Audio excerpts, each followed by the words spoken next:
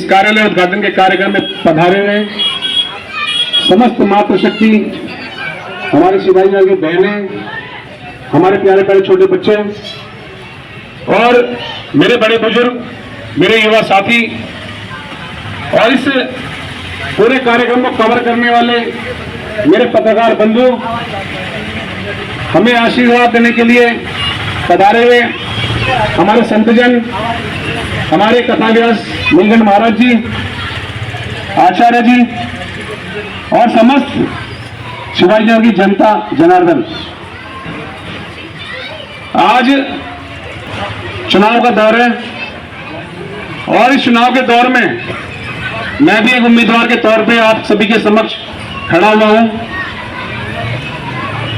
आज का चुनाव हालांकि बहुत प्रकार से अपना स्वरूप बदलते बदलते बदलते बदलते इतना बदल चुका है कि कहीं भी जो सर्व समाज के लिए अवधारणा बनाई गई है कि कोई भी व्यक्ति चुनाव में खड़ा हो सकता है, इस अवधारणा में कहीं ना कहीं रुकावटें आई हैं।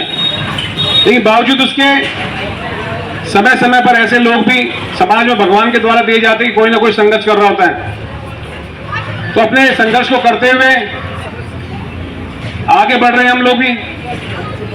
आप लोगों ने, सभी ने मुझे जो है, अधिकांश लोगों ने बचपन से देखा है।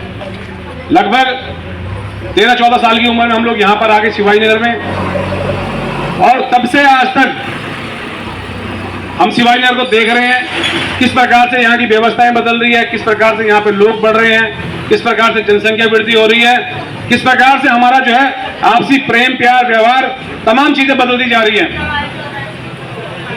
और सबसे बड़ी चीज है, हम लोग आज के समय पे विकास की जो बाट जो रहे हैं, ऋषिकेश शहर एक ऐसा शहर है जो राजधानी देहरादून के बिल्कुल निकट है और राजधानी कहीं एक जिले का अहम शहर है। लेकिन बावजूद इसके पूरे विश्व में अपनी छाप छोड़ने वाला ऋषिकेश, विश्व पटल पर जिसकी पहचान है, प्रतिवर्ष लाखों करोड़ों यात्री जो है यहां से होकर गुजरते हैं, 4 धाम के लिए गुजरते हैं, ऋषिकेश में स्वयं आते हैं। बावजूद इसके ऋषिकेश के मुख्य मार्गों से लेकर के आंतरिक मार्ग और यहां तक की गलियां और यहां के समाज का जो जीवन स्तर है वो लगातार जो है उसमें गिरावट आती जा रही है।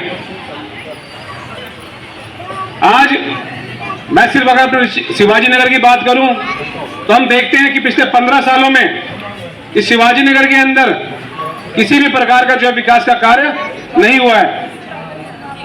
इसके पीछे का मुख्य कारण यह है कि यहां बार बार जो है आरक्षण की सीटें आती रही, वार्ड का प्रतिनिधि आरक्षण में हो गया, और आरक्षण का मतलब यह है कि जिसे मर्जी उसे बना लो।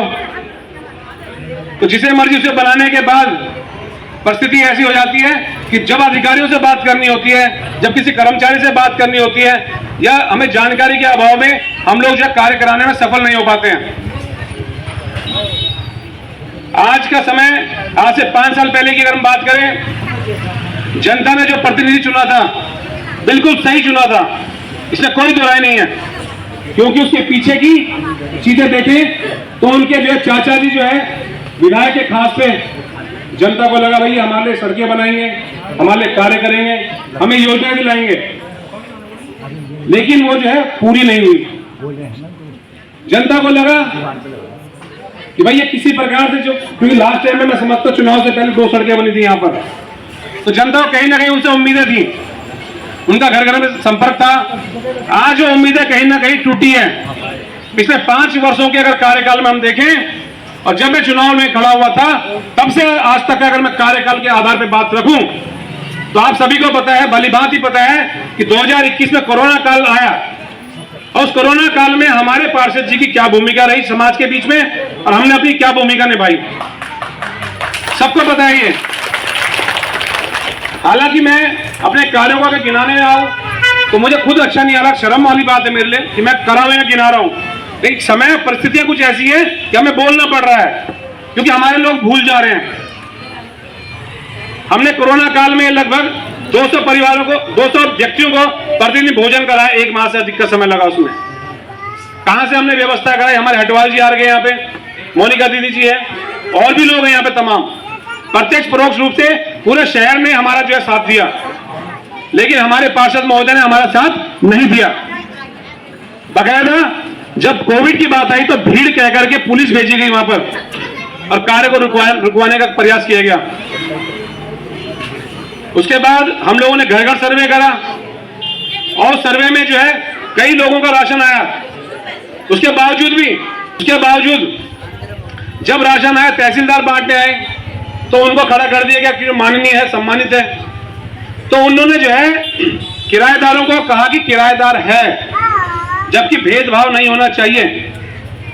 किराएदार है तो क्या उसका पेट नहीं है, उसके बच्चे नहीं है, क्या उसको कोरोना की मार नहीं पड़ी, कोरोना उसके घर से बच के निकल गया कि किराएदार का घर छोड़ दो, मकान मालिक के घर में लगते हैं?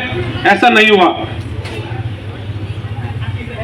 इसके बाद अगर हम बात करें, थोड़ा समय और बीता, कोरोना हटा, इस शिवाजी नगर में मेन रोड में जो है काम चला था सीवरेज का।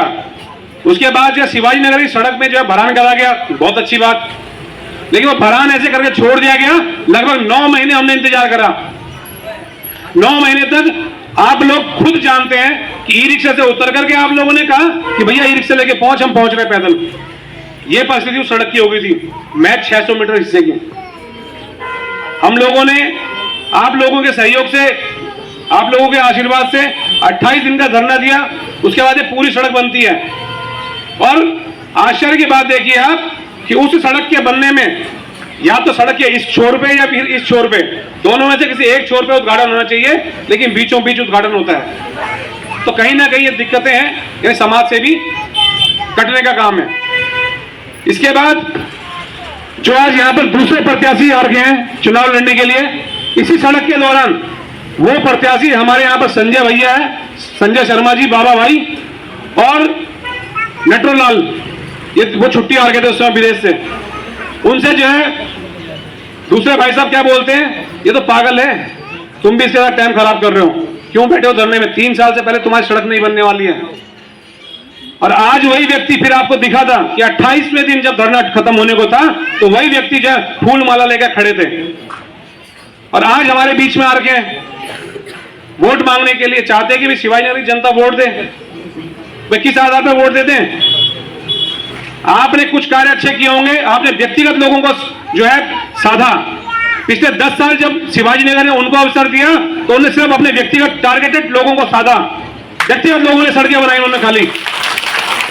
उसका प्रमाण मैं बताता हूं, 19 नंबर गली में इन्होंने सड़क बनाई तो एक घर और 1.5 घर कह सकता हूं मैं, 1.5 घर, एक घर थोड़ा सा और, उस घर के आगे सड़क नहीं बिछाई गई। पूरे आज तक 10 साल के बाद भी वो सड़क वैसी की वैसी है। ऐसा क्यों? यहां पर हमारे आंटी जी बैठी हुई है, जिस गली का नाम वो अभी ले रहे थे इन्हीं के चैनल में, जिस गली का नाम ले रहे थे, जिन लोगों का नाम ले रहे थे, खाली उन लोगों के लिए सड़क बनाएगी जो दूसरी बार जीत करके आए, और कहा कि जो लोग हमारे लिए मरेंगे हम सिर्फ उनके लिए मरेंगे। ऐसा होता है क्या? आपके घर के पास जो सड़क छोड़ दी, 5-7 मीटर सड़क छोड़ दी, क्यों छोड़ दी? ऐसा भेदभाव चलेगा? बिल्कुल नहीं चलना चाहिए ऐसा भेदभाव। किसी प्रत्याशी को ऐसा भेदभाव नहीं करना चाहिए जब वो चुनाव जीत जाता उसके बाद।